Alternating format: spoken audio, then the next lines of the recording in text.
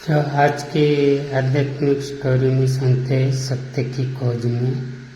प्राचीन समय की बात है जब भारत में आध्यात्मिकता का बोलबाला था। उस समय वाराणसी में संत कबीर नामक एक महान संत रहते थे। कबीर जी ने अपनी पूरी जिंदगी में केवल सत्य, प्रेम और भक्ति का प्रचार किया।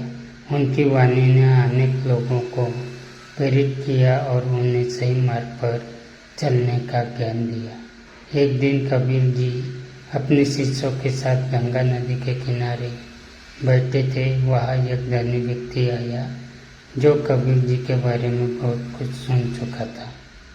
वह व्यक्ति अत्यंत गर्वित और आत्ममुग्ध था। उसने कबीर जी से कहा, कबीर जी, मैंने सुना है कि आप बहुत ज्ञानी हैं, क्या आप मुझे भी ज्ञान दे सकते हैं? कबीर जी ने मुस्कुराते हुए उत्तर दिया, ज्ञान का आदान प्रदान केवल उन्हीं के साथ होता है जो सत्य की खोज में होते हैं। क्या तुम सच में सत्य की खोज में हो? धनी व्यक्ति ने गर्व से कहा, हाँ, मैं सत्य की खोज में हूँ। कबीर जी ने फिर पूछा, क्या तुमने अपनी संपत्ति और अहंकार का त्याग कर दिया है? ये सुनकर धनी व्यक्ति चुप हो गया।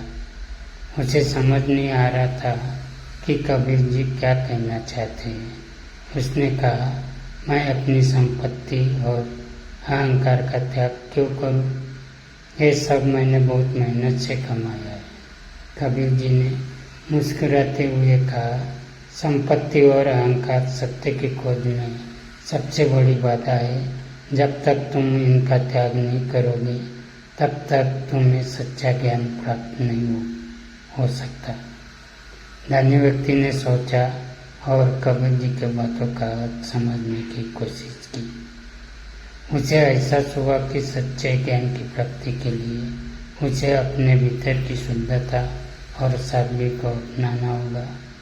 उसने कबीर जी के चरणों में गिरकर अपनी भूल की माफ़ी मांगी और सच्चे मन से सत्य की खोज में लग गया। इस प्रकार संत कबीर जी की शिक्षाओं ने अनेक लोगों को जीवन का सही मार्ग दिखाया, उन्हें आध्यात्मिकता की ओर प्रेरित किया।